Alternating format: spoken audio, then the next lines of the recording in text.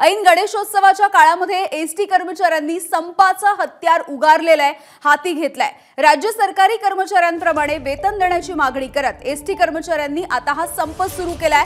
2018 ते 2024 या काळामधील प्रलंबित महागाई भत्ता देण्याची मागणी सुद्धा एसटी कर्मचाऱ्यांनी केली आहे। एसटी कर्मचारी संपावर गेल्यामुळे राज्यामधल्या अनेक भागामधली सेवा ही विस्कळीत झाली आहे। एसटी कर्मचाऱ्यांच्या आंदोलनाची मंत्री उदय सामंत यांनी दखल घेतली आहे। उद्या संध्याकाळी 7 वाजता संपाच्या संदर्भात बैठक होणार आहे। एसटी कर्मचाऱ्यांवरती अन्याय होणार नाही असं आश्वासन मंत्री उदय सामंत यांनी दिलेलं आहे।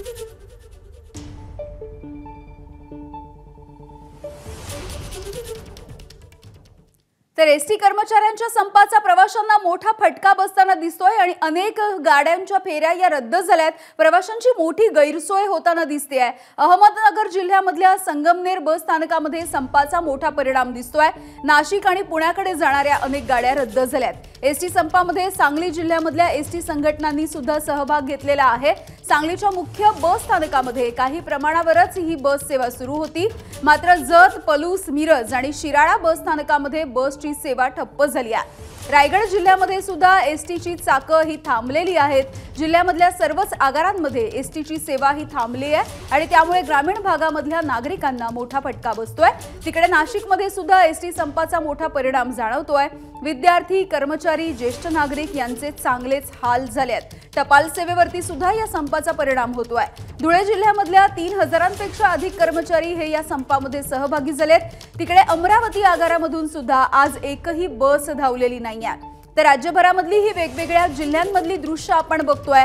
एसटी संपामुळे या जिल्ह्यांना मोठा फटका बसलोय, नागरिकांची मोठी गैरसोय होतीये।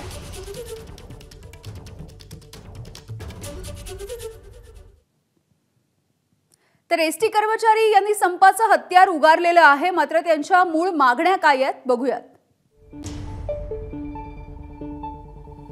राज्य सरकारी कर्मचाऱ्यांप्रमाणे वेतन द्या ही त्यांची अनेक वर्षांपासूनची मूळ मागणी आहे। जुलै 2018 ते जानेवारी 2024 या काळामधला प्रलंबित महागाई भत्ता द्या। शासकीय कर्मचाऱ्यांप्रमाणे घरभाड्याचा भत्ता आणि वार्षिक वेतनवाढ लागू करा। वेतनवाढीच्या 4849 कोटींची शिल्लक रक्कम कामगारांना वाटप करा। सेवा ज्येष्ठ कामगारांच्या मूळ वेतनामधल्या विसंगती दूर करा, सरसकट 5000 रुपये द्या। वैद्यकीय सेवेतील कॅशलेस योजना ही कामगारांना लागू करण्याची मागणी होतीये। कर्मचारी आणि कुटुंबियांना एसटी मध्ये फरक न करता मोफत पास सवलत द्या।